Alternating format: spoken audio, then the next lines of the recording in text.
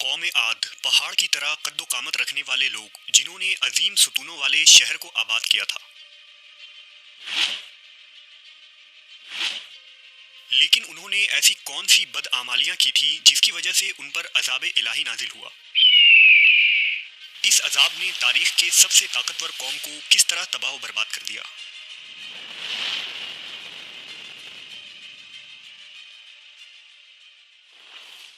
یہ وہ زمانہ تھا جب عظیم طوفان و سیلاب تھم چکی تھی اور نوح علیہ السلام کشتی سے زمین پر اتر آئے تھے۔ حضرت نوح نے اپنے 3 بیٹوں کو دنیا کے مختلف حصوں میں روانہ کر دیا تاکہ دنیا میں انسانی آبادی دوبارہ پھیلے۔ حضرت نوح کے بیٹے سام سرزمین عرب میں آ کر سکونت پذیر ہو گئے، جہاں ان کی نسلوں میں اضافہ ہوا اور جزیرہ عرب میں سامی نسل کی ابتدا ہوئی۔ سام کی نسل سے ایک طاقتور سردار کی پیدائش ہوئی جس کا نام عاد تھا۔ عاد اپنی اولادوں کے ساتھ جنوبی عرب کے علاقوں میں جا بسا۔ اس علاقے کو صحرائے احقاف کہتے تھے، جہاں ریت کے بلند اور بڑے بڑے ٹیلے تھے۔ عاد اپنی اولادوں کے ساتھ یہاں آ کر آباد ہو گئے اور یہاں اس کی اولادوں میں 13 قبیلے آباد ہوئے۔ یہ لوگ قوم عاد کہلائے، جنہوں نے یہاں طاقتور حکومت کی بنیاد رکھی اور تقریباً 1500 برسوں تک یہاں آباد رہے۔ انہوں نے اس بنجر صحرا کو اپنے زور بازو اور محنت و مشقت سے سرسبز بنا دیا اور یہاں خوبصورت بستیاں بسائیں۔ قوم عاد دنیا کے سب سے لمبے اور طاقتور لوگ تھے۔ ان کے طاقت کے متعلق کہا جاتا ہے کہ وہ ایک ہاتھ سے ہی درخت کی جڑوں کو اکھاڑ دیتے تھے۔ وہ کبھی بوڑھے نہیں ہوتے تھے۔ ان میں ایک شخص 1000 سال کی عمر پاتا تھا اور انہیں کبھی کوئی بیماری نہ ہوتی تھی۔ قوم عاد کا زمانہ 2000 سال قبل مسیح مانا جاتا ہے۔ انہوں نے احقاف میں پہاڑوں کو کاٹ کر عالیشان محل بنائے تھے اور لمبے لمبے ستونوں کو تراش کر اپنی بستیوں کی عظمت کا ثبوت دیتے۔ اس لیے ان کو 1000 ستونوں والے شہر کی قوم بھی کہا جاتا ہے، جس کا مرکز حضر موت کا علاقہ تھا۔ قوم عاد کھجور کے باغات کے مالک تھے اور کھیتی باڑی کرنے والے تھے اور چٹانیں کاٹ کر بڑی بڑی نہریں جاری کی تھی۔ اس قوم کو اگر اس دور کا سپر پاور کہا جائے تو یہ غلط نہ ہوگا۔ قرطبی کی روایت کے مطابق حضرت ابن عباس کا بیان ہے کہ قوم عاد کے لمبے قد والے آدمی 500 ذرا کا ہوتا تھا اور ان میں سب سے چھوٹے قد کا آدمی 300 ذرا کا ہوتا تھا۔ یاد رہے کہ ایک ذرا موجودہ پیمائش کے مطابق تقریباً 1.5 فٹ کا بنتا ہے۔ ان تمام نعمتوں اور رحمتوں کے باوجود قوم عاد اللہ کے نافرمان ثابت ہوئے اور دنیا کی مال و دولت اور طاقت و قوت نے انہیں سرکش بنا دیا۔ لہذا طوفان نوح کے بعد قوم عاد ہی وہ قوم تھی جو سب سے پہلے کفر و شرک میں مبتلا ہو کر بتوں کے پجاری بن گئے۔ ان کے 3 مخصوص بت تھے جن کے نام حمود، حب اور سمت تھے، جن کی وہ پوجا کیا کرتے اور ان سے مرادیں مانگتے تھے۔ شرک کے ساتھ بہت جلد ہی یہ لوگ جہالت، گمراہی، بے حیائی، زنا اور فساد میں پڑ گئے اور بدعمالیوں کے تمام حد کو پار کر دیا۔ لہذا اللہ نے قوم عاد میں سے ہی ایک نیک اور صالح بندے جن کا نام ہود علیہ السلام تھا انہیں نبوت عطا کی تاکہ اس بھٹکی ہوئی قوم کی اصلاح کی جا سکے۔ ہود علیہ السلام نے اہل عاد کو اللہ کی عبادت کی دعوت دی اور انہیں شرک سے توبہ کرنے کی تلقین کی۔ حضرت ہود مسلسل 50 سالوں تک اپنی قوم کو دین حق کی وعظ و نصیحت فرماتے رہے۔ قوم عاد کے 2 قبائل جن کا نام قلمان اور خلجان تھا اور ان کے پاس قوم کی سرداری تھی، انہوں نے حضرت ہود کی سب سے زیادہ مخالفت کی اور آپ کو تکلیفیں پہنچائیں۔ لیکن آخرکار قبیلہ خلجان دعوت حق پر ایمان لے آئے، جبکہ باقی 12 قبیلوں نے حضرت ہود کا انکار کیا۔ انہوں نے حضرت ہود سے کہا کہ ہم اپنے باپ دادا کا چلن ہرگز نہ چھوڑیں گے۔ وہ تکبر و غرور میں ڈوب گئے اور انہوں نے اللہ کو للکارا اور کہا کہ اگر ہم سے بھی زیادہ کوئی طاقتور ہے تو اسے لے آؤ۔ لہٰذا اب قوم عاد پر عذاب کا فیصلہ قریب تھا۔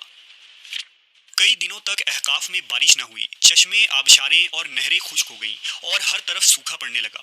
کھیت کھلیان برباد ہو گئے، زمین بنجر ہو گئی۔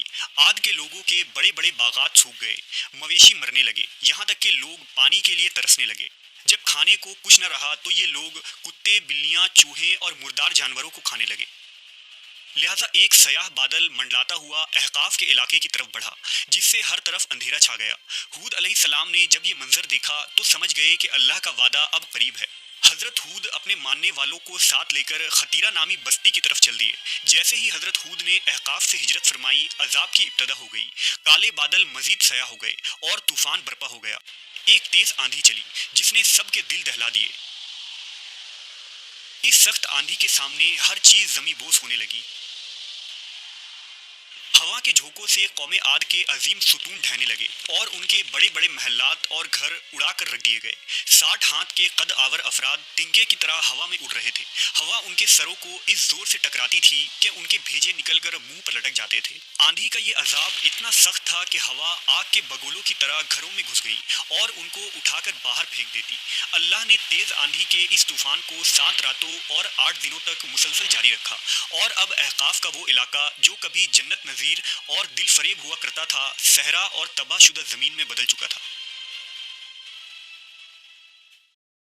اگر اہل کتاب کی بات کی جائے تو ان کے کتابوں میں احقاف یا ارم کے متعلق کوئی تفصیلی ذکر نہیں ملتی، البتہ عہد نامہ قدیم میں نیفیلیم نامی مخلوق کا ذکر ملتا ہے، جس کا ترجمہ اہل کتاب کے علماء کے مطابق انتہائی اونچے قد کے لوگ ہیں، لہٰذا عین ممکن ہو کہ اولڈ ٹیسٹمنٹ میں جس نیفیلیم کا ذکر کیا گیا ہو وہ قوم عاد ہی ہو۔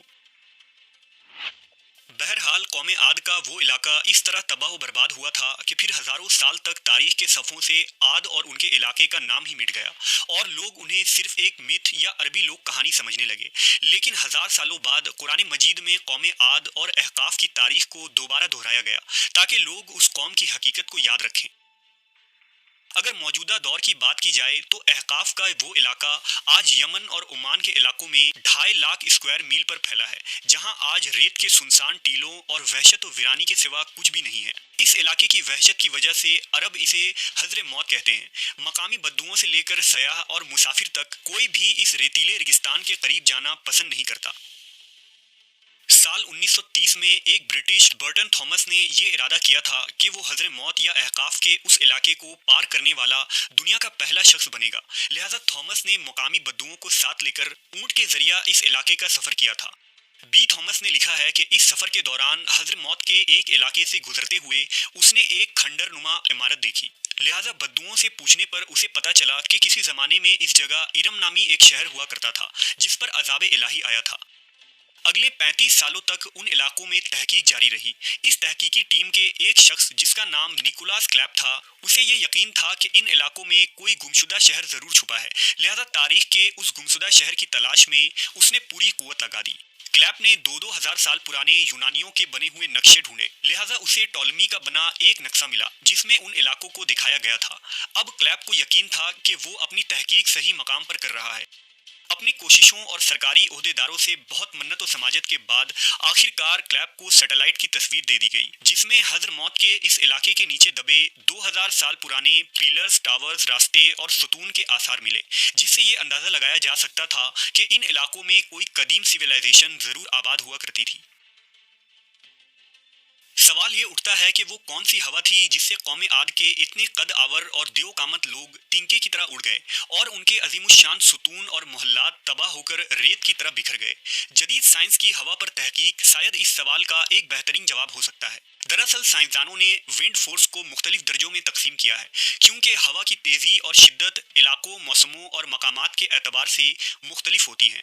ان میں سب سے کم فورس کی ہوا لیول 0 کی ہوا ہے، جو ہمارے سطح زمین پر موجود ہے، جس میں ہم پتنگ اڑاتے یا پرندے پرواز کرتے ہیں۔ فورس 4 کی ہوا کا وہ لیول ہے جو ایک کشتی کے بادبان کو آسانی سے دھکا دے سکتا ہے۔ اسی طرح فورس کے ہر لیول کے ساتھ ہوا کی شدت میں اضافہ ہوتا جاتا ہے۔ تحقیق کے مطابق ہماری اس زمین کے مقابلے میں دوسرے سیاروں پر چلنے والی ہوا تیز ترین ہوتی ہیں۔ اگر اس کائنات میں سب سے تیز چلنے والی ہواؤں کی بات کی جائے تو وہ جدید دریافت کے مطابق IJR نامی بلیک ہول کے گرد چلنے والی ہوائیں ہیں۔ یہ ہوائیں 3 کروڑ 20 لاکھ کلومیٹر فی گھنٹہ کی رفتار سے چل رہی ہے، جو روشنی کے رفتار کا تقریباً 3% حصہ ہے۔ اس رفتار سے چلنے والی ہواؤں میں شاید انسان کے خون کے خلیے تک بکھر جائیں گے۔ ہوا کے اس فورس سے یہ اندازہ لگایا جا سکتا ہے کہ قوم عاد پر آنے والا وہ طوفان کس قدر سخت اور دل دہلا دینے والا تھا۔